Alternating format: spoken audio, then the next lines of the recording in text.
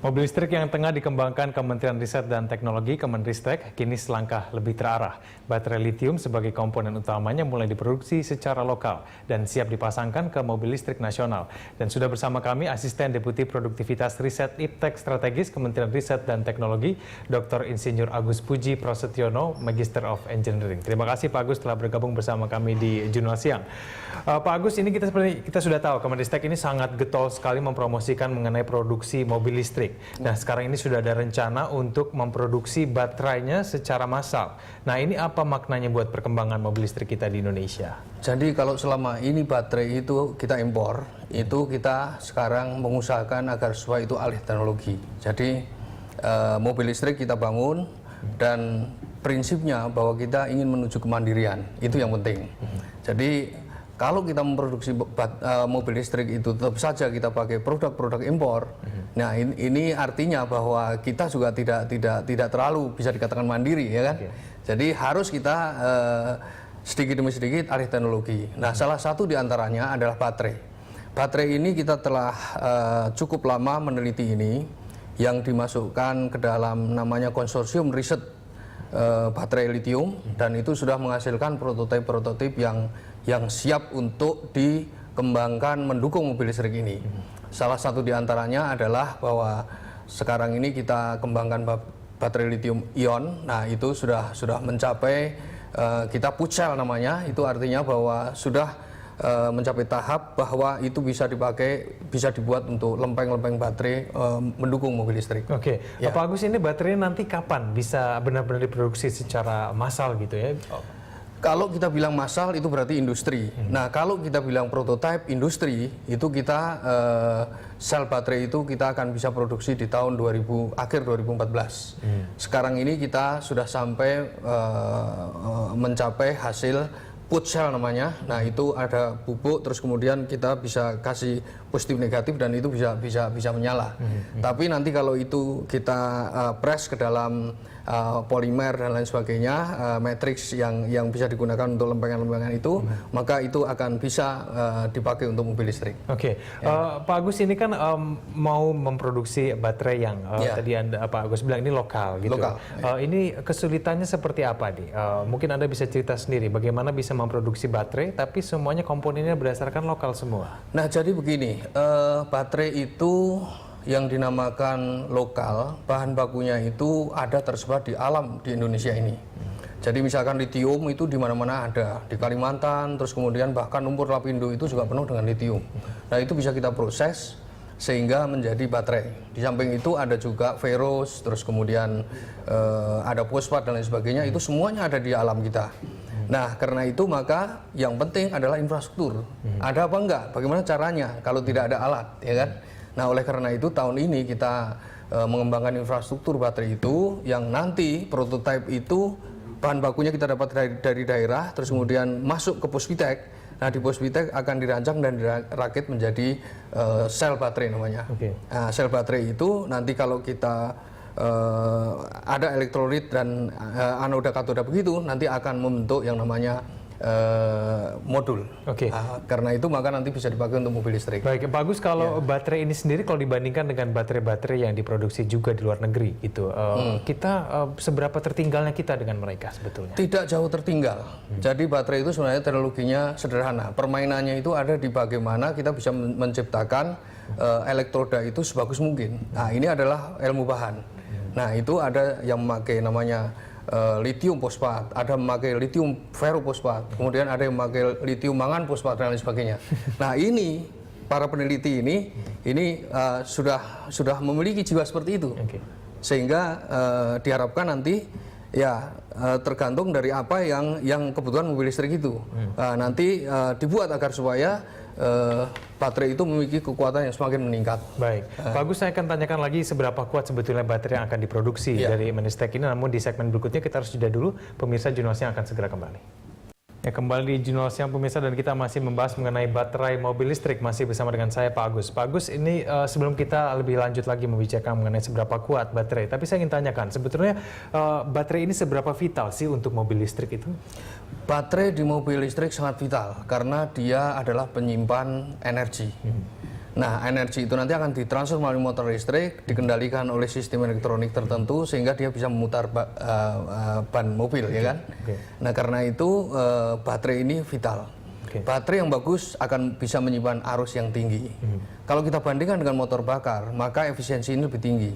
Baterai mobil listrik itu bisa mencapai efisiensi 37% dibanding dengan motor bakar yang hanya sekitar 15%, 20%. Nah, sehingga ini di samping keuntungan itu juga green energy kan, ya kan? Nah, jadi nggak ada polusi, terus kemudian efisiensi tinggi. Nah, kenapa tidak kita beralih ke listrik gitu? Jadi memang lebih baik menggunakan mobil listrik dibandingkan mobil ramah lingkungan. Sangat begitu, menurut saya. Jadi kalau mobil ramah lingkungan itu masih ada yang seberapa persen bisa ini kan energi kotoran udara yang di ini. Tetapi kalau mobil listrik ini sama sekali nggak ada. Karena strum, ya kan? Cuma kelemahannya memang sekarang ini infrastruktur belum terbentuk dengan baik. Nah, oleh karena itu harus berbarengan dengan mobil listrik diciptakan ini, infrastruktur juga harus terus-menerus ditingkatkan seiring dengan keberhasilan penelitian-penelitian yang melalui konsorsium riset mobil listrik ini. Pak Agus, tapi kan kalau misal mobil ramah lingkungan kita bisa ke SPBU untuk mengisi kembali bahan bakarnya. Betul. Kalau misal mobil listrik ini seperti apa? Bagaimana kita bisa mengisi kembali dayanya itu yang nanti akan direncanakan oleh Menristek? Jadi kita kembangkan 5 teknologi kunci. Salah satu diantaranya adalah charging station. Nah, itu juga harus dibarengi dengan perkembangan mobil listrik ini. Seberapa besar yang tenaga yang harus dibutuhkan oleh mobil listrik itu harus bisa disuplai oleh charging station tadi. Nah, charging station itu bisa dibikin oleh beberapa hal. Pertama adalah generator untuk strumnya itu ada di mobilnya sehingga bisa dicolokin ke jala-jala begitu langsung, atau nanti generatornya ada di sana. Misalkan untuk sepeda motor listrik misalnya. Nah, nanti strumnya itu generatornya ada di sana kemudian dicolokin begitu. Tapi berarti misalnya kita langsung colok di rumah-rumah gitu juga bisa? Juga bisa asal tenaganya memenuhi. Gitu. Jadi ini kan tenaga dan juga keuntungannya dari mobil listrik ini kan pemerataan listrik nantinya di daerah, seperti misalkan kalau sementara ini listrik kan dari misalkan bendungan dan lain sebagainya. Misalkan nanti di daerah yang remote area yang tidak ada aliran listrik bisa menggunakan misalnya gelombang laut, arus laut dan lain sebagainya, dan bahkan angin. Itu juga bisa, angin itu nanti langsung charging station angin diisikan ke sistem baterai, terus kemudian charging station bisa ngisi begitu. Iya, tapi mungkin persoalan juga Pak Agus kan karena mungkin beberapa daerah itu listriknya mungkin masih mati hidup. Apakah memang ketersediaan listrik di Indonesia juga sudah cukup mencukupi untuk mengisi bahan bakar, katakanlah bahan bakar untuk listrik ini ya? Pengembangan ke depan saya rasa nanti harus kita beralih ke EBT, energi baru dan terbarukan. Jadi energi listrik itu juga nanti harus mengarah kepada misalkan arus laut, terus kemudian angin, tenaga surya dan lain sebagainya. Jadi tidak mengandalkan ya seperti sekarang ini misalkan dari bendungan air, kemudian panas bumi dan lain sebagainya. Itu sudah terprogram namanya bauran energi tahun 2025. 17% yang lain-lainnya itu diantaranya adalah tenaga surya. Ya, jadi itulah yang nanti kita manfaatkan untuk charging station baterai listrik. Bahkan di remote area pun yang tidak ada BBM dan BBM mahal itu bisa sangat murah. Saya kira begitu. Baik Pak Agus, lalu apa yang perlu sekarang kita perhatikan? Pemerintah juga perhatikan supaya misalnya baterai ini yang nanti diproduksi secara massal ini akhirnya bisa benar-benar diproduksi secara massal, semua orang akhirnya bisa beralih menggunakan mobil listrik. Saya kira komitmen dan keterpaduan, karena mobil listrik ini tidak akan bisa sampai ke pasar apabila komponen-komponen dan institusi yang terkait dengan itu tidak terpadu, tidak komit untuk memastikan bahwa ini bisa laku pasar. Memang laku pasar tergantung dari harga dan lain sebagainya ya. Tapi tanpa dukungan dimanapun tidak akan pernah jalan. Ya kan? Nah, jadi kalau dibebaskan begitu saja nanti ada dari luar negeri mobil murah misalkan, kita mati. Karena ini adalah program pemerintah yang harus kita, karena prinsipnya adalah kemandirian, maka penting untuk komitmen secara bersama-sama itu. Jadi dari Departemen Perindustrian, Kementerian Riset dan Teknologi, kemudian Kementerian BUMN dan lain sebagainya itu nanti harus bersatu padu namanya kita kalau di dalam riset itu ada ABG namanya, Akademi Business and Government. Itu harus menyatu dan itu apa namanya kementerian-kementerian, tidak hanya kementerian riset sendiri, tapi harus juga kementerian perindustrian dan lain sebagainya. Oke, SDM. Pak Agus, bagaimana dengan infrastruktur? Menurut Anda apakah sekarang Indonesia sudah bisa menerima rencana untuk keluarnya baterai ini yang nanti akhirnya ujungnya untuk mengeluarkan mobil listrik di Indonesia? Infrastruktur yang ada sekarang ini saya rasa untuk kondisi sekarang belum cukup ya, masih harus dikembangkan. Kalau kita ingin sekualitas dengan mobil-mobil listrik yang diciptakan oleh luar negeri. Nah, karena itu saya rasa yang penting adalah menyiapkan line production dan lain sebagainya supaya kita bisa cepat ketersediaan 5 teknologi kunci itu, platform dan lain sebagainya, motor listrik, itu harus kita siapkan line production-nya. Jadi kesiapan seberapa jumlah, harga dan lain sebagainya itu harus segera dikembangkan. Oke, baik. Pak Agus, saya akan tanyakan bagaimana seberapa siapkah mobil listrik ini dikembangkan nanti rencananya tahun 2016 ya Pak ya? Iya. Baik, nanti di segmen berikutnya pemirsa Jurnalisnya akan segera kembali. Ya, kembali di perbincangan kita mengenai baterai mobil listrik pemirsa, dan Pak Agus, ini seperti yang kita ketahui bahwa Menristek berencana untuk memproduksi mobil listrik ini tahun 2016. Nah, ini untuk mencapai 2016 ini sudah siapkah semuanya berjalan dengan seperti semestinya kah? Kalau mobil listrik di tahun 2016 kita akan produksi ya, tetapi caranya adalah dengan metode substitusi. Jadi begini caranya, kalau misalkan baterainya masih harus kita impor, maka kita impor dulu. Yang penting target mobil listrik itu ada artinya bisa dijual dan bisa dipakai.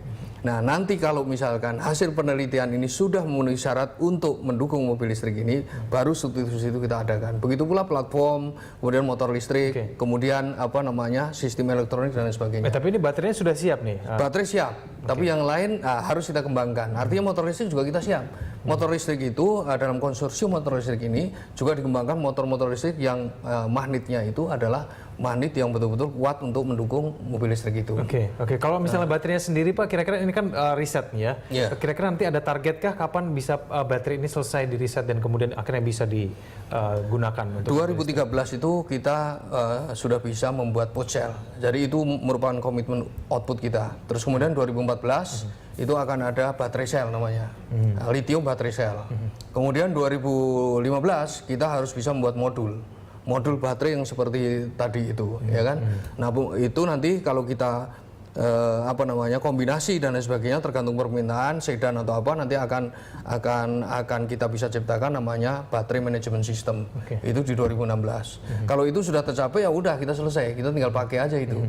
Terus kemudian kita kembangkan nanti elektroda-elektrodanya ini supaya kekuatannya semakin tinggi, ngecasnya semakin pendek waktu gitu. Oke, Pak Agus, tapi kan yang tidak kalah menariknya juga ini kan perlu industri, Pak ya, perlu industri yang mengembangkan ini. Menurut Anda bagaimana supaya akhirnya nantinya baterai dan juga mobil listrik ini akhirnya bisa diproduksi oleh industri-industri tersebut? Meskipun kita itu masih mengundang industri untuk berpartisipasi di pengembangan mobil listrik ini, namun demikian kita ada yang namanya konsorsium riset baterai. Itu terdiri dari 3 komponen. Pertama adalah akademia, itu universitas, litbang dan lain sebagainya. Terus kemudian pemerintah ini harus memberikan iklim kondusif, Kementerian Riset dan Teknologi memberikan insentif dan lain sebagainya untuk penelitian mereka supaya lancar. Kemudian ada bisnis. Nah, bisnis juga kita libatkan karena apa yang kita ciptakan tidak akan pernah bisa masuk ke pasar kalau tidak sesuai dengan kebutuhan, ya kan? Jadi industri ini ada PT macam-macam lah. Jadi di situ ada BUMN, kemudian ada swasta murni gitu yang terlibat ini dan mereka juga sangat antusias dan ingin sekali untuk bisa alih teknologi itu. Nah, kalau pakarnya ada, terus kemudian pemerintah memberikan iklim-iklim yang kondusif, kemudian swasta bisa mendapatkan teknologi sesuai dengan kebutuhannya, nah saya yakin itu akan jalan. Oke, mobil listrik bisa berjalan 2016 ya Pak Agus? Saya kira saya jamin bisa jalan. Baik, Pak Agus, mungkin juga masyarakat mengkhawatirkan mengenai harga. Bisakah kita prediksi nantinya harga mobil listrik ini mampukah bisa bersaing dengan mobil-mobil, katakan mobil murah sekarang yang sudah dikeluarkan oleh pemerintah? Nah, sekarang ini kan baru tahap eksperimen dan prototyping. Jadi memang kalau prototyping itu di samping membeli produk itu, tapi juga membeli ilmu pengetahuannya. Nah, ini tentu akan mahal dan juga tidak produksi massal. Jadi satu-satu dibuat dengan penuh teliti gitu ya. Nah, itu memang mahal. Tapi berangsur-angsur kalau nanti sudah massal produksi itu nanti pasti akan murah. Oh gitu ya. Jadi karena mungkin memang lebih mudah untuk mengisi kembali dayanya dibandingkan dengan bahan bakar umum gitu. Iya, jadi salah satu diantaranya itu. Tapi yang jelas kalau kita sudah punya cara-cara tertentu untuk membuat secara massal banyak itu dalam satuan waktu itu banyak produk yang kita bikin pasti akan semakin murah. Oke, Pak Agus, ini berpengaruhkah kepada keamanan dan kenyamanan? Kalau kita berbicara mengenai mobil listrik, kita seperti kita tahu dulu Menteri BUMN Dahlan Iskan bahkan sempat kecelakaan dengan mobil listriknya. Dan mungkin ini masyarakat mengkhawatirkan hal semacam ini. Apakah itu seperti itu saya rasa perlu diteliti terus-menerus karena ada 5 teknologi kunci sebenarnya. Salah satu diantaranya adalah sistem kendali. Nah, sistem kendali ini juga sekarang lagi kita teliti bagaimana agar mobil listrik itu memiliki tingkat kenyamanan yang tinggi. Tetapi mobil listrik yang kita ciptakan ini sudah memiliki tingkat kenyamanan yang tinggi karena kita nanti sementara ini kan kita merakit, ya kan? Nah, terus kemudian nanti kita kembangkan sesuai dengan kondisi di tempat kita dan substitusi, ya kan? Nah, saya yakin nanti pada suatu saat kita sudah akan memiliki sistem kendali yang betul-betul sesuai dengan topografi di Indonesia. Oke, ya. Baik Pak. Semoga kita berharap bahwa 2016 betul-betul mobil listrik bisa keluar. Mudah-mudahan saya rasa akan kita capai itu. Supaya akhirnya BBM-nya tidak naik-naik terus gitu ya Pak Agus. Betul, Terima kasih Pak Agus telah bergabung bersama kami di Jurnal Siang. Ya. Selamat siang Pak.